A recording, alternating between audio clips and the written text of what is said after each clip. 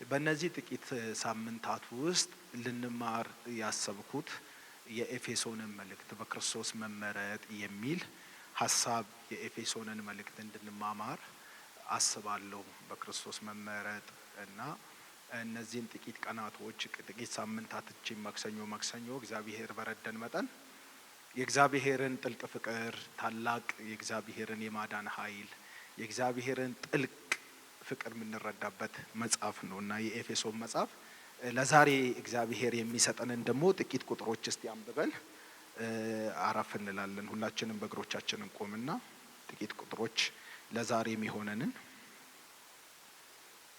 እናነባለን። እንዲህ ይላል። በእግዚአብሔር ፍቃድ የኢየሱስ ክርስቶስ ሐዋርያ የሆነው ጳውሎስ በኤፌሶን ላሉት ቅዱሳን በክርስቶስ ኢየሱስ ላሉት ምእመናን ከእግዚአብሔር ከአባታችን ከጌታም ከኢየሱስ ክርስቶስ ጸጋና ሰላም ለእናንተ ይሁን። በክርስቶስ በሰማያዊ ስፍራ በመንፈሳዊ በረከት ሁሉ የባረከን የጌታችን የኢየሱስ ክርስቶስ አምላክና አባት ይባረክ። ዓለም ሳይፈጠር በፊቱ ቅዱሳን ነውር የሌለን በፍቅር እንሆን ዘንድ በክርስቶስ መረጠን። በበጎ ፍቃዱ እንደወደደን በኢየሱስ ክርስቶስ ሥራ ለእርሱ ልጆች ልንሆን አስቀድሞ ወሰነን። በውድ ልጁ እንደው የሰጠን የጸጋው ክብር ይመሰገን ዘንድ ይህን አደረገ። በውድ ልጁም እንደ ጸጋው ባለጠግነት መጠን በደሙ የተደረገ ቤዛነታችንን አገኘን። እርሱም የበደላችን ስርየት፣ ጸጋውንም በጥበብ በአእምሮ ሁሉ አበዛልን። በክርስቶስ ለማድረግ እንደወደደው እንዳሳቡ የፍቃዱን ምስጢር አስታውቁናልና በዘመን ፍጻሜ ይደረግ ዘንድ ያለውን ሐሳብ በሰማይና በምድር ያለውን ሁሉ በክርስቶስ ለመጠቅለል ነው። እንደ ፍቃዱ ምክር ሁሉን የሚሰራ እንደ እርሱ ሐሳብ አስቀድሞ የተወሰንን በክርስቶስ ደግሞ ርስትን ተቀብለናል። ይህም በክርስቶስ አስቀድሞ ተስፋ ያደረግን እኛ ለክብር ምስጋና እንሆን ዘንድ ነው። እናንተም ደግሞ የእውነትን ቃል ይኸውም የመዳናችንን ወንጌል ሰምተን ደግሞ በክርስቶስ አምናችሁ በተስፋው መንፈስ በመንፈስ ቅዱስ ታትማችሁ እርሱም የርስታችሁ መያዣ ነው። ለእግዚአብሔር ያለውን ሁሉ እስኪዋጅ ድረስ ይህ ክብር ምስጋና ይሆናል። አሜን። አጭር ጸሎት እናድርግ። እግዚአብሔር አምላካችን ሆይ እናመሰግናለን። በእነዚህ ጥቂት ሳምንታት ምሕረት፣ ጸጋ፣ የማዳን ኃይል በመካከላችን እንዲሆን እንጸልያለን። ቃልህን አስተምረን፣ መጽናናት ይሁንልን። ሁሉ ሲሆን አንተ ክበር። በዚህ መጽሐፍ ውስጥ የሰወርከውን የባለጠግነትህን ልክ ሁሉ መረዳት እንድንችል እርደን። በአንተ ባለጠግነት ውስጥ መቆየት እንድንችል እርደን። ክብር በሰማይ በምድር ላንተ ይሁን። ሁሉ ሲሆን አንተ ክበር። በጌታችን በክርስቶስ በኩል ለምን። አሜን።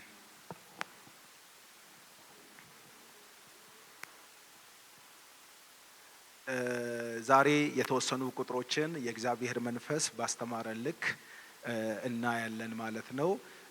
የመረጥነው የኤፌሶንን መጽሐፍ ነው። የኤፌሶን መጽሐፍ በአጭር አማርኛ ሲተረጎም የእግዚአብሔርን የባለጠግነት ልክ መረዳት። በቃ መጽሐፍ ቅዱሳችን ላይ እግዚአብሔር ምን ያህል ባለጠጋ አምላክ እንደሆነ የሚያስረዳን መጽሐፍ የኤፌሶን መጽሐፍ ነው። የኤፌሶንን መጽሐፍ ስታጠኑ በትልቁ ሊገባችሁ የሚችለው ነገር አምላካችን እግዚአብሔር እጅግ ባለጠጋ እንደሆነ ነው። ባለጠጋ እንደሆነ ነው። አምላካችን እግዚአብሔር እጅግ በጣም የተትረፈረፈ በረከት በኤፌሶን መጽሐፍ ላይ ያስቀምጥልናል። የኤፌሶን መጽሐፍ የአምላካችን ባለጠግነት፣ ገናናነት፣ ክብር፣ ግርማ የሚታይበት በጣም ገናናና አስገራሚ መጽሐፍ ነው። የኤፌሶንን መጽሐፍ አጥነተን ስንጨርስ አንድ ነገር ማወቅ ይሆንልናል። ቤተክርስቲያን በክርስቶስ የተሰጣትን ዘላለማዊ ስፍራ፣ በክርስቶስ ያገኘነውን ዘላለማዊ ስፍራ፣ ዘላለማዊ ድል፣ ዘላለማዊ ክብር የምንገነዘብበት መጽሐፍ የኤፌሶን መጽሐፍ ነው። የኤፌሶንን መጽሐፍ አንብቦ የተረዳ ሰው ከባይብል 75%ን አውቋል ይባላል። ምክንያቱም የኤፌሶን መጽሐፍ የመጽሐፍ ቅዱሳችንን 75% አስተምሮ 75% የእግዚአብሔርን የማዳን እቅድ 75% የሰውን ልጆች እግዚአብሔር በምን አይነት ልክ እንደወደደ የሚናገር መጽሐፍ ነው።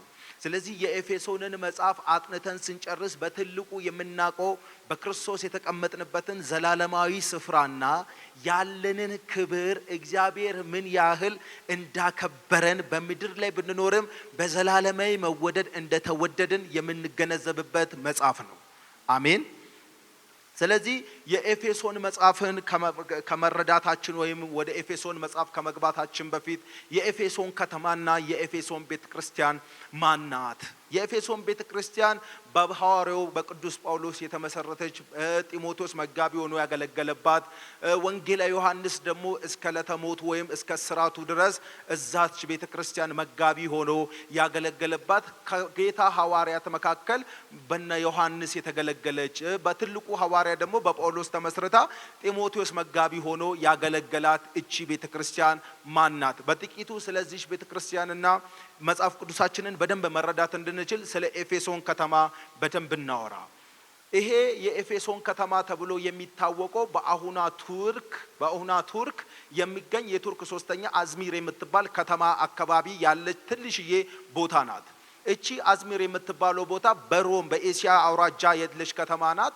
ወደ ሮም በሚወስደው መንገድ ላይ ያለች ከተማ ስለሆነች በወንጌል ምክንያት ይሰው የነበረ ለእንስሳት ይሰጡ የነበሩ ሰዎች በዚህ በኩል ስለነበረ በዚች በኤሲያ ጎዳና በኩል በዚች አዝሚር በምትባለው ወይም ኤፌሶን በምትባለው በኩል ስለሆነ ሰዎች ለሰማዕትነት ያልፉ የነበረው የሰማዕታት መንገድ ተብላም ትታወቃለች። ኤፌሶን በዛ ጊዜ በጣም የሰነጠለች ትልቅ ከተማ ነበረች። በጣም በይዘቷ በጣም ትንሽዬ ከተማ ብትመስልም በኢኮኖሚ ረገድ በሚንቀሳቀስባት የሃይማኖት ነገር በአርጤምስ ምክንያት እቺ ኤፌሶን ገናናና በጣም ታላቅ ከተማ መሆን ችላለች። እቺን ከተማ ጳውሎስ ለመጀመሪያ ጊዜ የመጣው ሐዋርያት ሥራ ምዕራፍ 19 ላይ ነው። ሐዋርያት ሥራ ምዕራፍ 19 ላይ መጥቶ ለመጀመሪያ ጊዜ ወደ ምኩራብ ገብቶ ወንድሞቹን አግኝቶ ከነሱ ጋር የእግዚአብሔርን ቃል አወርቶ ሌላ ጊዜ ተመልሼ እመጣለሁ፣ አሁን ግን የእግዚአብሔር መንፈስ ወደ ኢየሩሳሌም ሂድ ብሎኛል፣ በዛም በአንጾኪያ አካባቢ ያሉ ቤተክርስቲያናትን መጎብኘት አለብኝ ብሎ ለመጀመሪያ ጊዜ ጠይቋቸው፣ ነገር ግን ከነሱ ጋር ብዙ አልቆየም። ወደ ከተማዋ ገብቶ ብቻ ነው ለጳውሎስ ለመጀመሪያ ጊዜ ሐዋርያት ሥራ ምዕራፍ 19 ላይ መጣው። ከዛ በኋላ ከኤፌሶን ከወጣ በኋላ ወደ ኢየሩሳሌም ሄደ። ከኢየሩሳሌም ወደ አንጾኪያ ከተሞች ሄደና ሐዋርያት ሥራ ምዕራፍ 20 ላይ ተመልሶ ወደዚህ ከተማ ይመጣና ለ2 ዓመት ገደማ እቺን የኤፌሶንን ከተማ ቁጭ ብሎ አገልግሏቸዋል። ጳውሎስ ከቆየባቸው ከተሞች መካከል ትልቁ ቁጥር የሚይዘው የኤፌሶን ከተማ ነው። ቆሮንቶስ በርግጥ 1 ዓመት ከ8 ወር አካባቢ ቆይቷል። ጳውሎስ እዚህ ከተማ ላይ ለ2 ዓመት ቆይቶ ጢራኖስ በሚባል ትምህርት ቤት አካባቢ ህዝቡን ሁሉ ይጠራና ያስተምር ነበረ። በየጊዜው ያስተምር ነበረ። ጳውሎስ በእነዚህ 2 ዓመታት ውስጥ ቢዚ ጊዜያቶችን ያሳለፈው በኤፌሶን ከተማ ነው። ኤፌሶን ከተማ ጳውሎስ ሲያሳልፍ ከሌሎቹ ከተማ ደግሞ አልጋ ባልጋው የሆነ ህይወት ያልመራው በጣም በመከራ የታጀበ ህይወት የመራው ደግሞ ኤፌሶን ነው።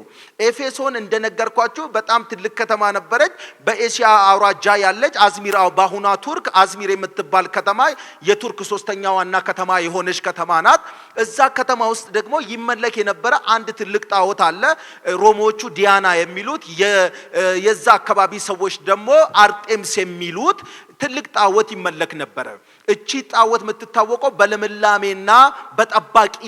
በልምላሜና በጠባቂነት ስለነበረ ሰው ሁሉ አርጤምስን ካላመለከ ይለመልም አይመስሎም ነበር። ነገሩ የሚጠበቅ አይመስሎም ነበር።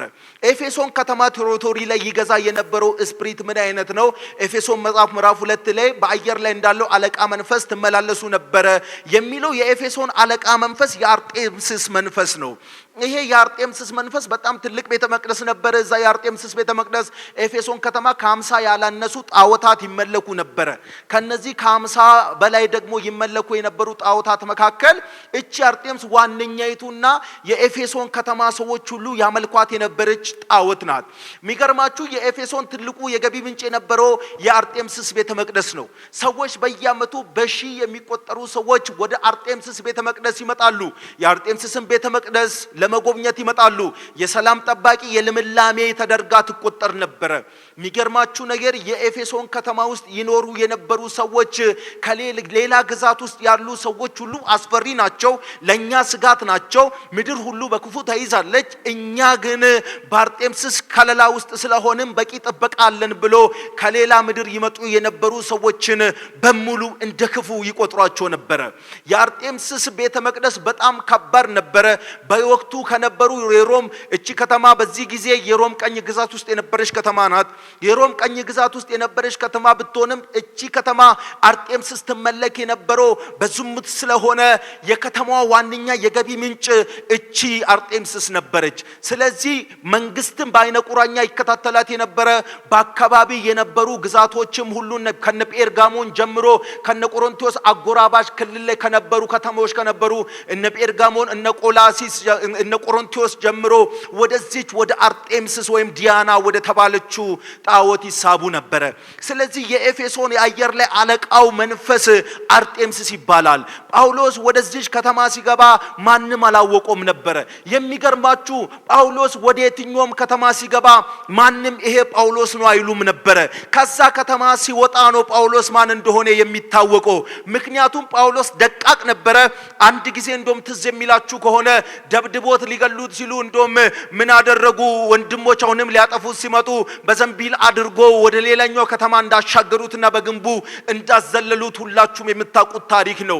ጳውሎስ ወደዚህ ኤፌሶን ከተማ ሲገባ በሰላማዊ መንገድ እንደውም ተራ ሰው መስሎ ነው የገባው። ሰውየው በጣም ደቃቅና ትንሽዬ ስለሆነ ወደ አንድ ከተማ ሲገባ ትንሽና ሐሳብ የሌለው ሰው ይመስላል።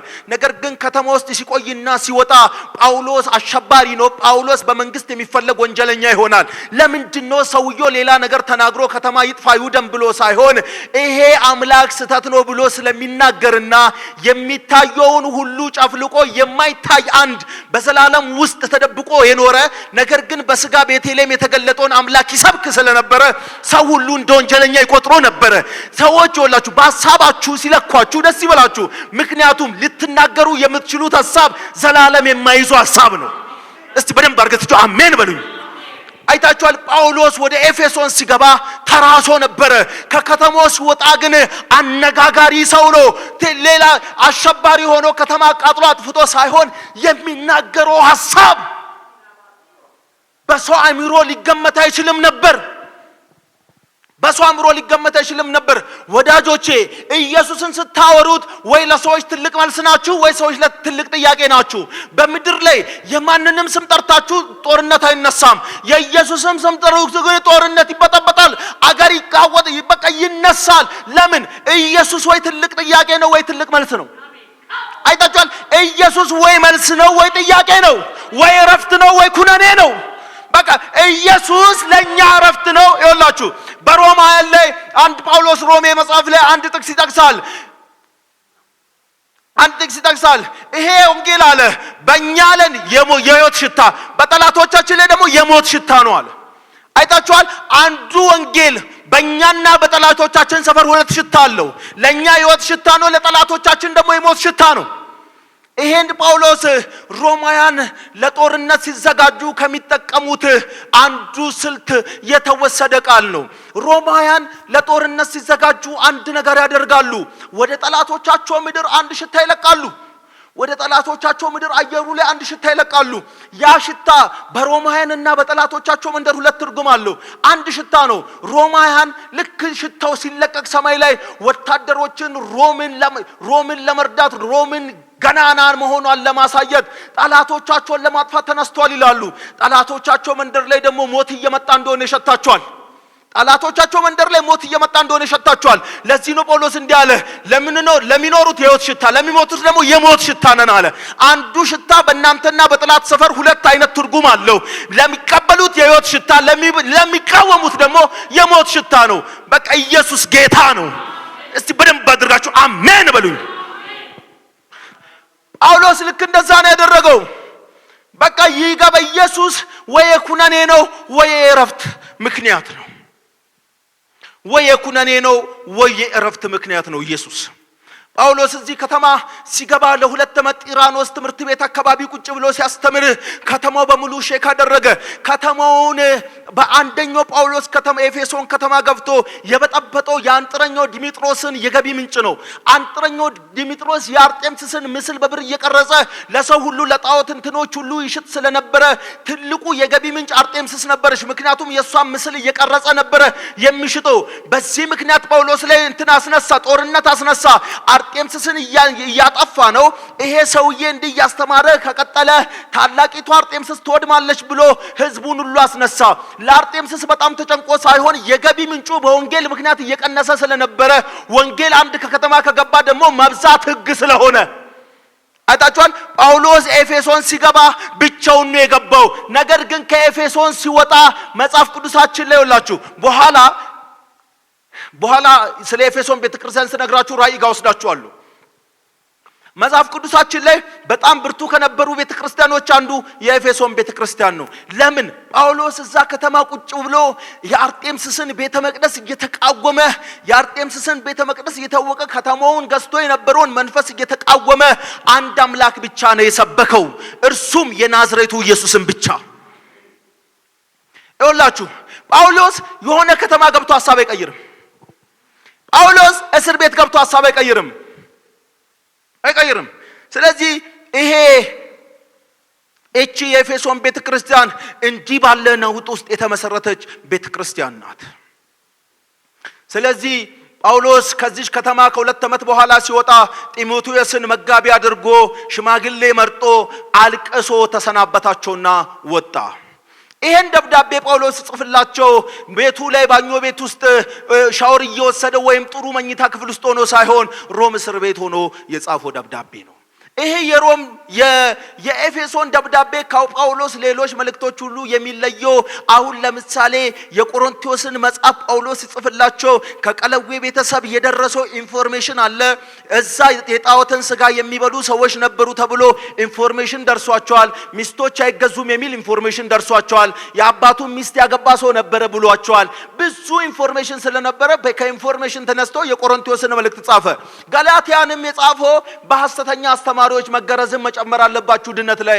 እነ ቆላሲስንም የጻፈው የትኛውንም የትተት ትምህርት ለመቃወም ነው።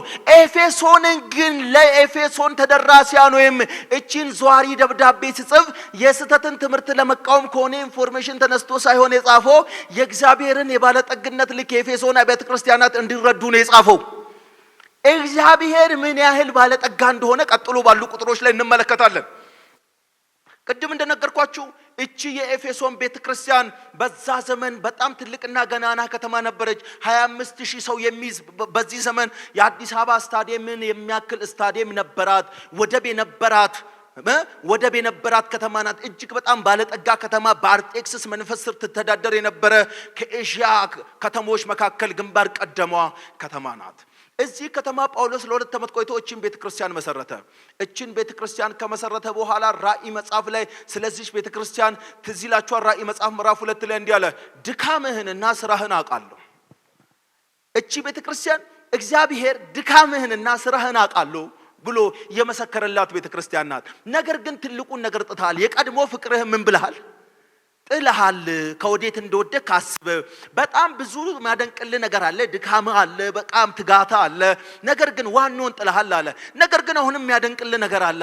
ምንድነው የምታደንቅልን? ሐዋርያት ሳይሆኑ ሐዋርያት ነን የሚሉትን ከመካከል ጠርገህ ስላወጣ ይሄን አደንቅልሃለሁ አለ። ነገር ግን አለ ፍቅርን ካላነሳ እመጣብሃለሁ አለ። ስለዚህ የቤተ ክርስቲያን ዋነኛው ጠላትን የመምቻ መሳሪያ ፍቅር ነው ማለት ነው። ስለዚህ ጳውሎስ ራእይ መጽሐፍ ላይ እንደዛ ይላታል። እቺ ቤተክርስቲያን ቅድም እንዳልኳችሁ በጳውሎስ ነው የተተከለችው። ጢሞቴዎስ ያገልግሏታል፣ ዮሐንስም አገልግሏታል። እቺ የኤፌሶን ቤተክርስቲያን በክፉ ዓለም መልካምነቱን የጠበቀች ቤተክርስቲያን ናት። ኤፌሶን በሙሉ በክፋት በተያዘችበት ጊዜ በክፉ ዓለም መልካምነትን የጠበቀች፣ በዘመናዊ ዓለም ውስጥ የዘላለምን የመረጠች፣ በጣዖት መንደር ውስጥ የዘላለምን ጌታ ያከበረች፣ በዝሙት መዲና ንጽህናን ጌጧ ያደረገች ቤተክርስቲያን ነበረች። እቺን ቤተክርስቲያን ትልልቅ አባቶች አገልግሏታል። ስለዚህ የኤፌሶን ዋናው ገዢ መንፈስ ቅድም እንዳልኳችሁ አርጤምስ ናት። የኤፌሶን መጽሐፍ በትልቁ የሚናገረው የእግዚአብሔርን የባለጠግነት ልክ ነው።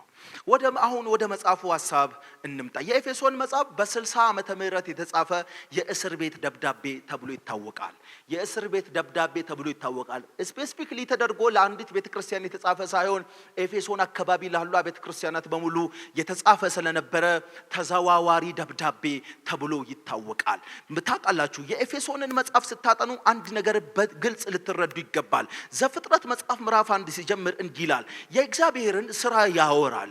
በመጀመሪያ እግዚአብሔር ብሎ ሰማይንና ምድርን በምድርም የሚኖሩትን በአየር ላይ ያሉትን ሁሉ ፈጠረ ብሎ የእግዚአብሔርን ሥራ ያወራል። ዮሐንስ ወንጌል ምዕራፍ 1 እግዚአብሔርን ራሱ ያወራል። ከዘላለም እግዚአብሔር እንደነበረ ያወራል። ዘፍጥረት መጽሐፍ ምዕራፍ 1 ስራውን ያወራል። ዮሐንስ ወንጌል ምዕራፍ 1 መሪውን ያወራል። ኤፌሶን ምዕራፍ 1 የእግዚአብሔር ዘላለማዊ ልቡን ያወራል። አይታችኋል። ዘፍጥረት መጽሐፍ ምዕራፍ 1 የእግዚአብሔርን ሥራ ያወራል። ዮሐንስ ወንጌል ምዕራፍ 1 እግዚአብሔር አለ ብሎ ያወራል። ኤፌሶን ምዕራፍ 1 ደግሞ ዘላለማዊን የእግዚአብሔሩን የልቡን ሐሳብ ነው የሚነግረን። የእግዚአብሔር ዘላለማዊ የልቡ ሐሳብ በክርስቶስ ኢየሱስ እንደተፈጸመ የሚነግረን የኤፌሶን መጽሐፍ ነው። የኤፌሶንን መጽሐፍ ስትጠኑ አንድ በጣም በጉልህ ልትረዱት የሚገባው ነገር የእግዚአብሔር ዘላለማዊ የልቡን ሐሳብ ነው። ቅድም እንደነገርኳችሁ ዘፍጥረት መጽሐፍ ምዕራፍ 1 እግዚአብሔር ሰራ ይለናል። ዮሐንስ ወንጌል ምዕራፍ 1 እግዚአብሔር አለ ይለናል። ኤፌሶን ምዕራፍ 1 ደግሞ ይሄ ዘፍጥረት የሰራው ዮሐንስ ላይ አለ ያለው ሐሳብ እግዚአብሔር የልብ ሐሳብ አለው፣ እርሱም በክርስቶስ ኢየሱስ ተፈጸመ ይለናል። ስለዚህ ኤፌሶንን ስናጠና የእግዚአብሔርን የልቡን ሐሳብ እግዚአብሔር የልቡን ሐሳብ ለሰው ልጆች የገለጠው በኤፌሶን መጽሐፍ በኩል ነው። ስለዚህ ይሄ የኤፌሶን መጽሐፍ ተዛዋሪ ደብዳቤ ነው ብያቸዋለሁ። ጳውሎስ ከእስር ቤት ሆኖ የጻፈው ደብዳቤ ነው። የትኛውም ሰው ሲታሰር በሰንሰለቱ ያፍራል። ጳውሎስ ግን ምን ብሏል? በሰንሰለቴ እንዳታፍሩ ይሄን እጽፍላችኋለሁ አለ። ሰንሰለቴ ስለ ስርቆት፣ ስለ ወንብድና፣ ስለምን ሳይሆን ስለ ወንጌል ነው አለ። በሰንሰለቴ አላፍርም አለ። በሰንሰለት በሮም አውራ ጎዳና ላይ ስንቀሳቀስ በሰንሰለቴ በፍጹም አላፍርም። ዘርፌ ታሰርኩ አይደለም፣ ስለ ወንጌል ሁሉን እከፍላለሁ። ስለዚህ ይሄ ሰው ኤፌሶን ላይ ስትረዱ በጣም ትልቅ ፓላስ ውስጥ ቁጭ ብሎ የሚጽፍልን ነው የሚመስለው። እቺ ቤተክርስቲያን በጣም ይወዳታል። ቅድም ብያቸዋለሁ። እቺ ቤተክርስቲያን በክፉ ዓለም ውስጥ መልካምነትን የጠበቀች፣ በጊዜያዊ ዓለም ውስጥ የዘላለምን የመረጠች፣ በጣዖት መዲና ውስጥ ሕያው ጌታን ያከበረች፣ በዝሙት መዲና ነውርንና ክብርን ጥላ ንጽህናን ጌጧ ያደረገች ቤተክርስቲያን ስለነበረች እቺን ቤተክርስቲያን ይወዳት ስለነበረ ትምህርት አስተካክሎ አይደለም እንደ ሌሎች መጽሐፍ የሚለው የእግዚአብሔር የዘላለሙን የልቡን ሐሳብ እንድትረዱ ይሄን እጽፍላችኋለሁ። እግዚአብሔር የልቡ ሐሳብ ምንድነው ጳውሎስ ብሎ ሲጨቀጭቁት እንዳለ በሰማያዊ ስፍራ በመንፈሳዊ በረከት ሁሉ የባረከን የጌታችን የኢየሱስ ክርስቶስ አምላክና አባት ይባረክ። አይታችኋል። ጳውሎስ የሚናገረው እስር ቤት ሆኖ አንድ ነገር ነው። ቤተክርስቲያን በጊዜያዊ ዘላለም ውስጥ ታልፋለች። ነገር ግን ቤተክርስቲያን በዘመን ውስጥ ብታልፍም የዘላለም ናት። አይታችኋል። ቤተክርስቲያን በጊዜያዊ ዘመን ውስጥ ታልፋለች እንጂ ጊዜያዊ አይደለችም። ጳውሎስ ኤፌሶን ላይ የሚናገረው ቤተክርስቲያን በጊዜያዊ ዘመን ታልፋለች፣ ነገር ግን በዘላለም ውስጥ ናት ቤተክርስቲያን ብሎ የዘላለምን የቤተክርስቲያንን ምርጫ ለኤፌሶን ሰዎች ይናገራል። የዘላለምን ምርጫ ጳውሎስ ኤፌሶን ላይ የሚናገረው በረከት አለ። ጳውሎስ ኤፌሶን መጽሐፍ ምዕራፍ 1 በአጠቃላይ ከ14 ጊዜ በላይ በክርስቶስ የሚል ቶፒክ ታገኛላችሁ። በክርስቶስ ደጋግሞ በክርስቶስ ይላቸዋል። ስለዚህ የኤፌሶን መጽሐፍ ላይ በትክክል የምትረዱት በእኔ የሚል ሐሳብ አታገኙም። የኤፌሶን መጽሐፍ የሰውን እኔነት አውጥቶ ይጥሎና እግዚአብሔር በክርስቶስ ኢየሱስ ለቤተ ክርስቲያን ያደረገውን ጥልቅ የማዳን ሚስጥርና የቤተ ክርስቲያንን ስፍራ ነው የሚነግረን። በትክክል ኤፌሶንን አንብበን ስናጠና ስፍራችን በአብ ቀኝ ከክርስቶስ ጋር እንደሆነ እንረዳለን። በትክክል ስፍራችን በአብ ቀኝ ከክርስቶስ ጋር እንደሆነ እንረዳለን። ስለዚህ ኤፌሶን ላይ ሲጀምር ምን አለ? ማንነቱን ይነግራቸዋል። ጳውሎስ ነኝ 2 ዓመት ያገለገልኳችሁ ይላቸዋል። ከዛ በኋላ ሰላምታ ያቀርብላችኋል። የጌታችን የኢየሱስ ክርስቶስ ጸጋና ሰላም ይብዛላችሁ ብሎ ይጀምራል። ሲጀምር በአንድ ነገር ቆንጆ ቃል ኤፌሶን 1:3 ላይ በጣም ቆንጆ ነገር፣ በጣም ልብ የሚያሞቅ ነገር በመናገር ይጀምራል። በሰማያዊ ስፍራ። እስቲ አሜን። በመንፈሳዊ በረከት ሁሉ የባረከን የጌታችን የኢየሱስ ክርስቶስ አምላክና አባት ይባረክ። ኤፌሶን ሲጀምር በበረከት ነው የሚጀምረው። ይሄ የኤፌሶን መጽሐፍ ምዕራፍ 1 ቁጥር 3 የበረከት ምንጭ እግዚአብሔር አብ ራሱ ነው። የባረከው ደግሞ እኛን ነው። የተባረክነው ደግሞ በስራችን በምግባራችን ሳይሆን በክርስቶስ ነው። አይታችኋል። አሁን ኤፌሶን መጽሐፍ ምዕራፍ 1 ቁጥር 3 ላይ ሁለት ነገር ትረዳላችሁ። አንደኛ ተባርካችኋል ይላል። በምን? በመንፈሳዊ በረከት ሁሉ። የተባረክነው በመንፈሳዊ በረከት ሁሉ እንደሆነ ይነግረናል። የት ነው የበረከታችንን ስፍራ ካልን? በሰማይ። በሰማይ በምን? በመንፈሳዊ በረከት ሁሉ። አሁን ኤፌሶን መጽሐፍ 1 ምዕራፍ ቁጥር 3 ላይ እንደተባረክን ገብቶናል። የተባረክን ደግሞ በእግዚአብሔር አብ እንደሆነ ገብቶናል። የተባረክነው ደግሞ በክርስቶስ በኩል እንደሆነ ገብቶናል። የተባረክንበት ስፍራ ደግሞ በሰማይ ነው። ሰማይ ደግሞ የንጽህና ክልል፣ በጉ በሚያስተዳድርበት ክልል፣ የትኛውም ግዛቶችን ሁሉ የምንወርስበት መለኮታዊ ፍቃድ አግኝተናል። አሁን ይኸውላችሁ ይሄን በረከት ማነጻጸር ያለብን ከእስራኤላውያን ጋር ነው። እግዚአብሔር አብርሃምን እየባረኩ ባርካለሁ ለበረከትም ሁን ብሎ ባረከው። እግዚአብሔር አብርሃምን ሲባርከው ለበረከቱን ብሎታል። የገባበትን ቦታ ሁሉ የሚለውጠው አብርሃም እንጂ ምድሪቱ አይደለችም አብርሃምን የምትለውጠው። አብርሃም የትኛውንም ቦታ ሲገባ ትዝ የሚላችሁ ከሆነ እግሮች የረገጡትን ስፍራ ሁሉ ምን እልሃለሁ አወርሳለሁ ይላል። ስለዚህ አብርሃም እግሮቹ የረገጡትን ስፍራ ሁሉ ለመውረስ መሄድ አለበት። አሁን እንደዛ አይደለም እያለ ያለው። ስለዚህ ይኸውላችሁ በሕጉም በኩል ለእስራኤላውያን የተሰጠው የተስፋ ቃል ወይም ኪዳን አለ። ይሄ ኪዳን ምንድነው የሚለው? እሺ ብትሉ ብትታዘዙ ሰማይ በረከቴን አወርሳችኋለሁ፣ ባትታዘዙ ሰማይ ናስ ምድር ብረት ትሆንባችኋለች ነው። ይሄ በረከት እንደዛ አይነት በረከት አይደለም ይለናል። ይሄ በረከት እስራኤላን እንደተባረኩት ከነዓን ገብቶ ወተትና ማር ወደምታፈሰው አገር ገብቶ እንደተባረኩት አይነት በረከት ሳይሆን ከፀሐይ በታች ከምድር በላይ ያለ በረከት ሳይሆን ይሄ በረከት በሰማይ ክልል ውስጥ ያለ በክርስቶስ ኢየሱስ ያገኘነው የአብን ባለጠግነት ሁሉ የሚኖርስበት ፍቃድ ነው። አይታችኋል። በምድር ላይ ያለውን በረከት ሁሉ ሳይሆን በሰማይ አብ በሚያስተዳድርበት መለኮታዊ የንጽህና ክልል ውስጥ ያለውን ግዛት ሁሉ የምንኖርስበት መንፈሳዊ በረከት ይለናል። እነዚህን መንፈሳዊ በረከቶች በክርስቶስ እንዲሆኑልናል እያለ ይዘረዝራቸዋል። የተባረክንባቸውን በረከቶች በኋላ ጊዜ ካገኘው እዘረዝራቸዋለሁ። አሁን ግን ጳውሎስ ምንድነው የሚለን? በረከታችሁ ምድር ውስጥ ሳይሆን ያለው በሰማይ ነው ያለው። አሜን። እሺ ልመልሳችሁ። የኤፌሶን ከተማ ገዢዋ ማናት ብያችኋለሁ? ማናት ብያችኋለሁ? አርጤምስስ ናት ብያችኋለሁ። የኤፌሶን መጽሐፍ የገዢው አለቃ መንፈስ አውቶሪቲውን የያዘው መንፈስ አርጤምስስ ናት ብያችኋለሁ። አርጤምስስ ደግሞ የልምላሜ የጠባቂነት ጌታ ናት። ኤፌሶን ከተማ ውስጥ የሚኖሩ ሰዎች ሁሉ ተባረክን የሚሉት ወደ አርጤምስ ቤተ መቅደስ ሮማዎቹ ዲያና ወደሚሏት ቤተ መቅደስ መጥቶ የሆነ ነገር ከሷ ጋር መንፈሱ በሚመራቸው መንገድ ካከናወኑ በኋላ ነው ተባረክን። የመንፈስ እርካታም ቁሳዊ ነገርም የሚያገኙት የመንፈስ እርካታም ያገኙት የአርጤምስ ቤተ መቅደስ ውስጥ በሚገናኙት በዝሙት ነው።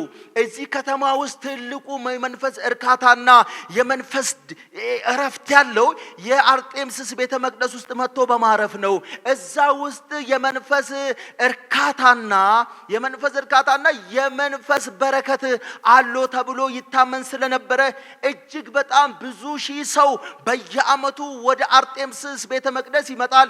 እዛ መንፈሱ ለአምልኮ ይመች የነበረውን ሁሉ እንዲያደርጉ ያስገድዳቸዋል። በዛ ምክንያት መንፈሳዊ በረከት ሁሉ አግኝተናል ብሎ ይመለሳሉ። ቁሳዊም መንፈሳዊም በረከት አግኝተናል፣ አርጤምስስ ጠባቂያችን ናት ብሎ ይጠብቁ ለነበሩ አማኞች፣ በዛ ልምምድ ውስጥ ለነበሩ አማኞች ጳውሎስ በረከት ያለው ከአርጤምስስ ቤተ መቅደስ ሳይሆን በረከት ያለው ከሚባርክ ከእግዚአብሔር ዘንድ ነው ይላል። በረከት ያለው ከሚባርክ ከእግዚአብሔር ዘንድ ነው። በረከት ያለው ከጣዖታት ዘንድ አይደለም። በረከት ያለው ዝሙት በማድረግ አይደለም። በረከት ያለው ጌታንና ጣዖታትን ሁሉ እንደ ጌታ አድርጎ በመቁጠር ከሚባርክ ከእግዚአብሔር ዘንድ ነው። እንዴት ነው ልንባረክ የምንችለው ካሉ በክርስቶስ በኩል። የት ነው የምንባረከው? በሰማይ። በምንድን ነው የምንባረከው? በመንፈሳዊ ነገር ሁሉ። አይታችኋል። አሁን አብ በክርስቶስ በኩል ያጎደለብን በረከት የለም። በምድር ተራ ሰዎች ልንመስል እንችላለን፣ በሰማይ ግን ታላቅ ግዛት አለን። በምድር ስንንቀሳቀስ ተራ ሰዎች ምንም የሌለን ልንመስል እንችላለን፣ በሰማይ ግን ታላቅ ግዛት ይጠብቀናል። በሰማይ እንደኛ ባለጠጋ የለም፣ እንደኛ ባለጠጋ የለም። በሰማይ እንደኛ ያለ የከበረ እንደኛ ያለ በባለጠግነት የሚኖር የለም።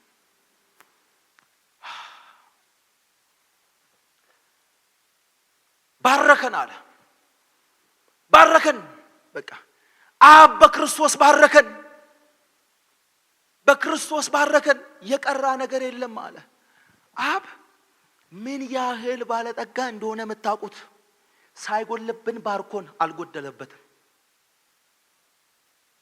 የትኛውም የምድር ባለጠጋ ያለውን ሁሉ ቢሰጥ ድሃ ነው የሚሆነው። አብ ግን ይሄን ሁሉ በክርስቶስ ምንም ሳይጎድል መንፈሳዊ ነገር ሁሉ ሰጥቶን ባለጠጋ ነው። ሳይጎድል ነው ሙሉ ያደረገን። አሜን።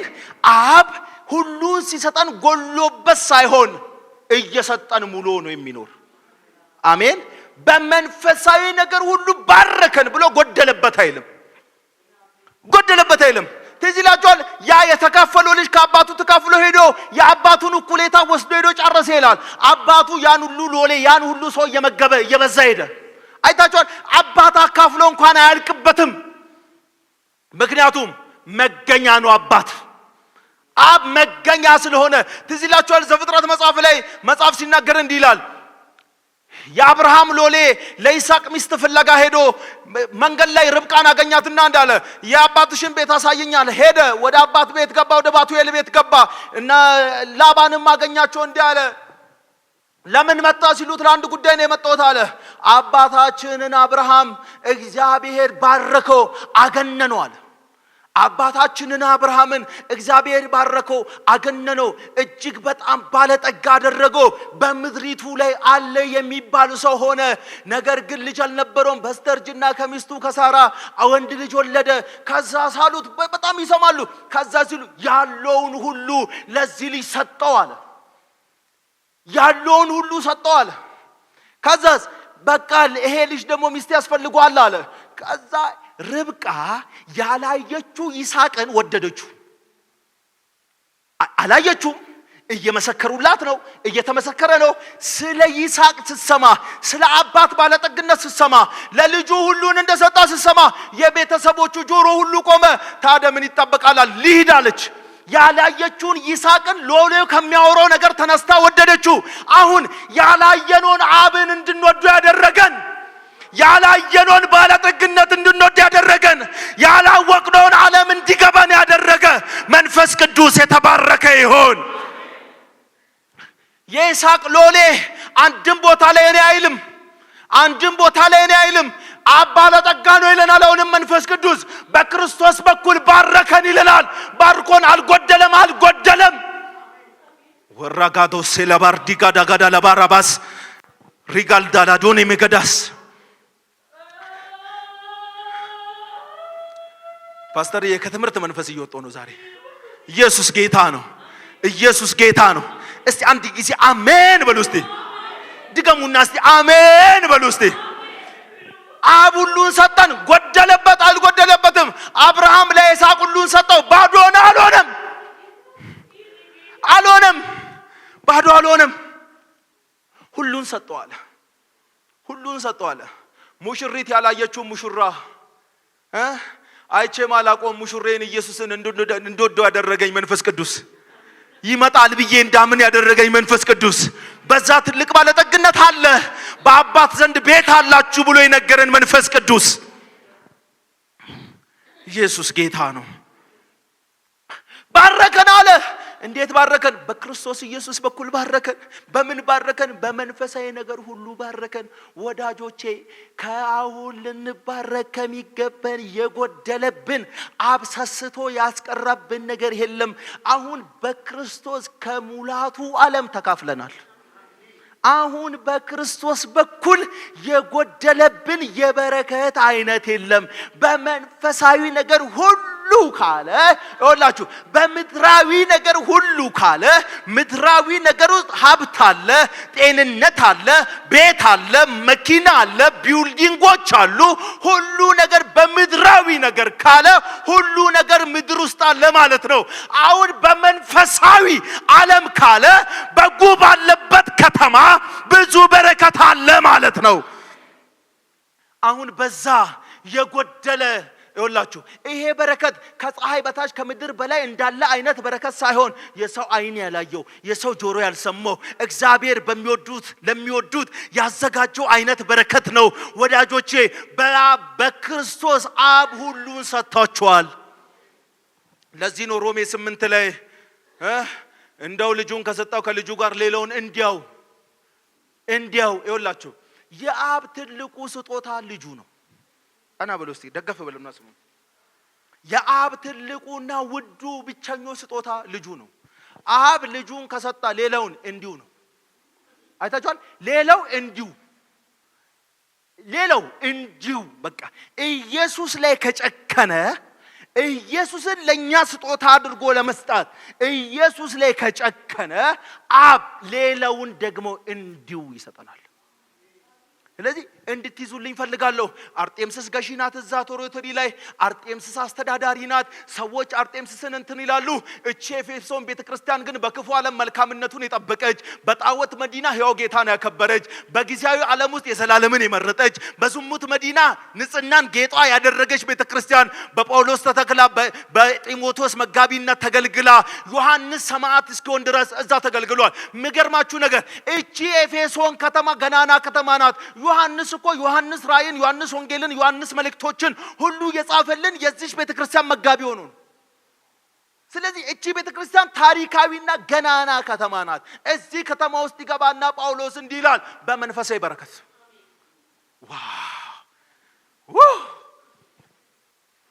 በመንፈሳዊ በረከት ሁሉ በሰማያዊ ስፍራ።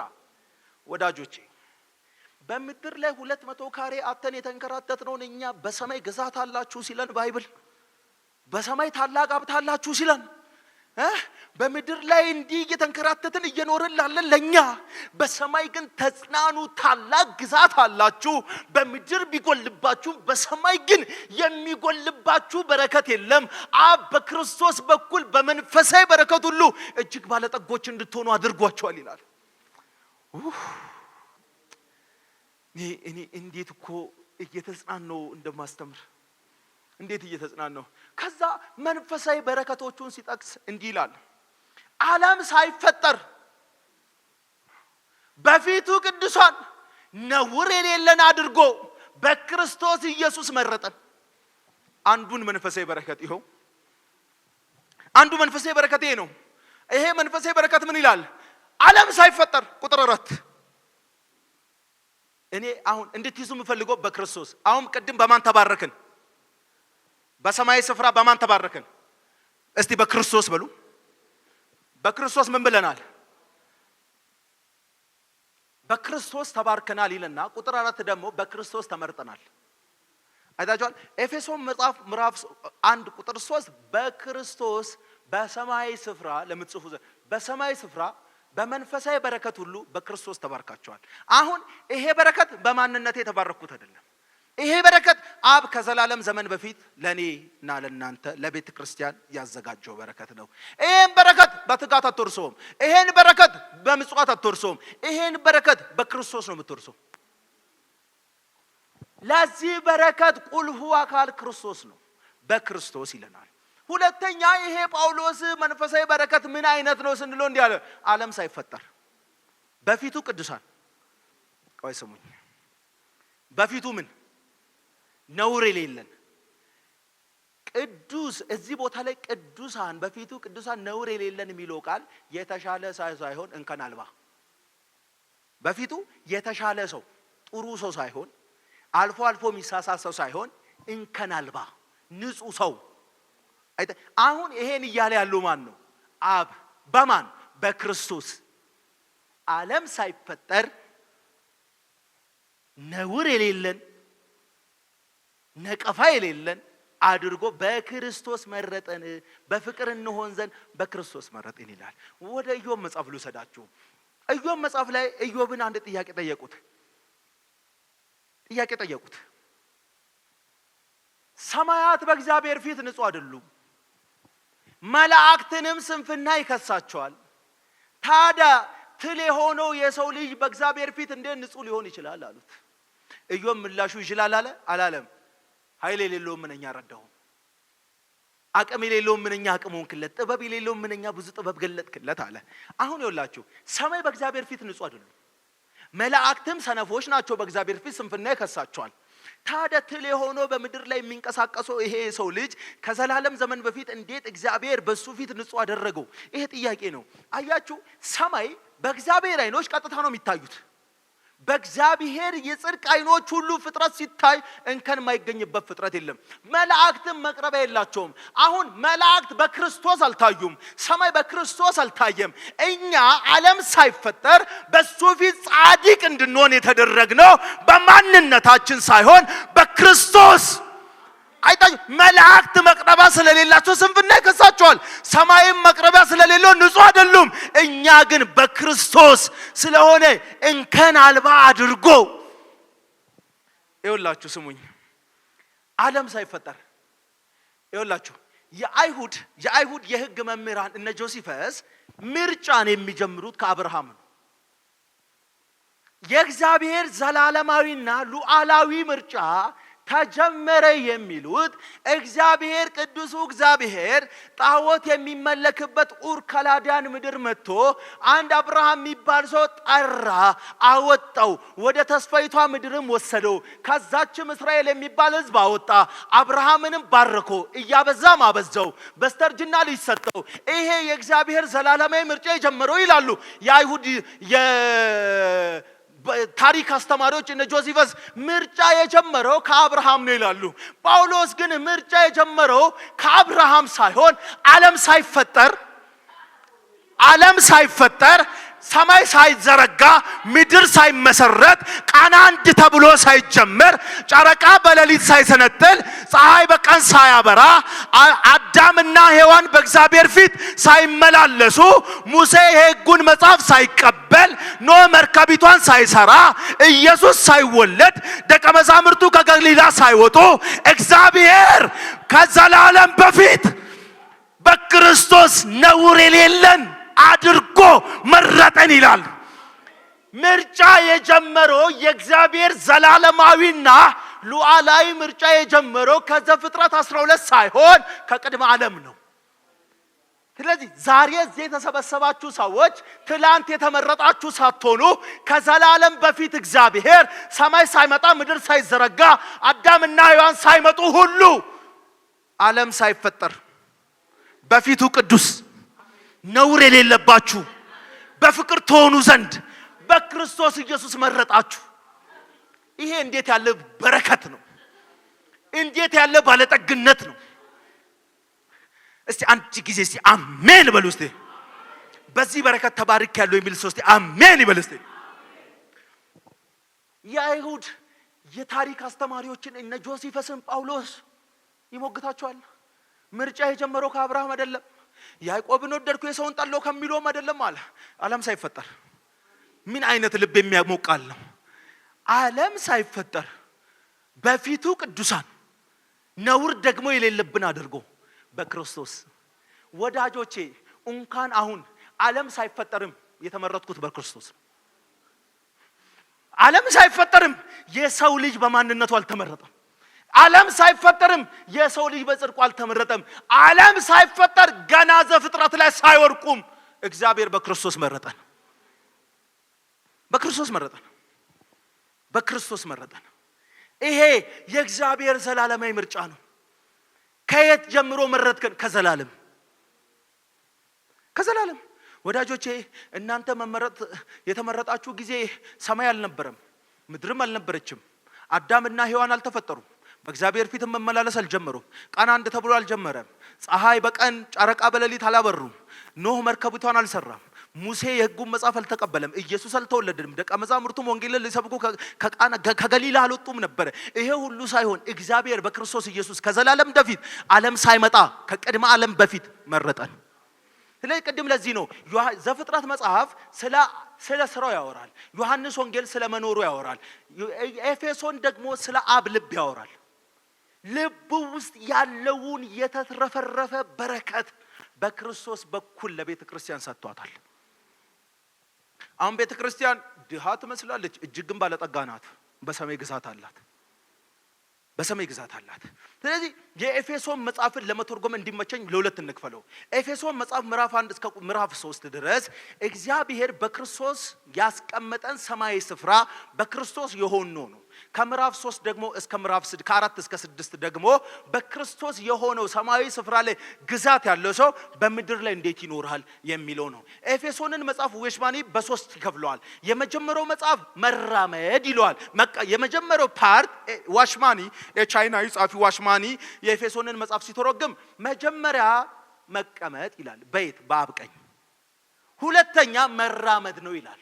ሶስተኛ መቆም ነው ይላል። ኤፌሶንን ለመተርጎም እንዲማቻችሁ መቀመጥ፣ መራመድ፣ መቆም ብላችሁ ክፈሉት። መቀመጥ በአብ ቀኝ። መራመድ ወዴት? ለጽድቅ፣ ለድል ነሽነት፣ ለአሸናፊነት መራመድ። መቆም ለምንድን ነው? ለስፒሪቹዋል ዌርፌር፣ ይሄ ለመንፈሳዊ ውጊያ፣ ለጦርነት መቆም፣ መዋጋት ብሎ በ3 ይከፍለዋል። እኛ ግን በ2 እንክፈለው። የመጀመሪያው 3ቱ ምዕራፍ ምንድን? በሰማይ ስፍራ መቀመጥ ወይም በክርስቶስ የተሰራልን ስራ። በክርስቶስ የተሰራላቸው ሰዎች ደግሞ በምድር ላይ እንዴት መኖር አለባቸው፣ በቤተሰብ መካከል፣ በጋብቻ መካከል፣ በልጆች አስተዳደግ መካከል አጋንንትን እንዴት ነው መቃወም ያለባቸው፣ በቤተ ክርስቲያን ውስጥ እንዴት ነው መኖር ያለባቸው ከ3 እስከ 6 እንማራለን። ስለዚህ ዛሬ 2 ሐሳብ ይዘን እንድንሄድ እፈልጋለሁ። የመጀመሪያው በክርስቶስ ተባርኬያለሁ። በምድር ምንም ላይኖረኝ ይችላል፣ በሰማይ ግን ታላቅ ግዛት ይጠብቀኛል። እስቲ አንድ ጊዜ አሜን። እስቲ 2 ጊዜ አሜን። በሰማይ ምን ይጠብቀኛል? ታላቅ ሀብት፣ ታላቅ ግዛት ይጠብቀኛል። በክርስቶስ ይጠብቀኛል። ተባርኬያለሁ። እዚህ ተባርኬያለሁ የምትሉ እጃችሁን ያሳዩኝ። ተባርካችኋል ወዳጆቼ። በምድር ላይ ምንም ላይኖረን ይችላል፣ በዚህ ግን ሰይጣን አይኮንነንም። በምድር ላይ ምንም ላይኖረን ይችላል፣ በዚህ ሰይጣን አይኮንነንም። ምክንያቱም ማንም በማይኖረው ሰማይ ይሄ በክርስቶስ የሚገኘው በረከት ቅድም ብያቸዋለሁ። እንደ ጋማ ከብት መሬት የሚያሳይ ሳይሆን ሰማይ የሚያሳይ ነው። አይታችኋል? ከብት ሁሉን ነገር ከመሬት ስለሆነ የሚያገኘው ዝቅ ብሎ ነው የሚሄደው፣ ወደ መሬት ነው የሚያየው። ይሄ በረከት ምድር የሚያሳይ ሳይሆን ሰማይ የሚያሳይ ነው። ምክንያቱም የተባረክነው ሰማይ ነው፣ የባረከን አብ ነው፣ የተባረክነው በክርስቶስ ነው። የተባረክነው የበረከት አይነት በመንፈሳዊ ነገር ሁሉ ነው። ይሄ ምድር የላትም።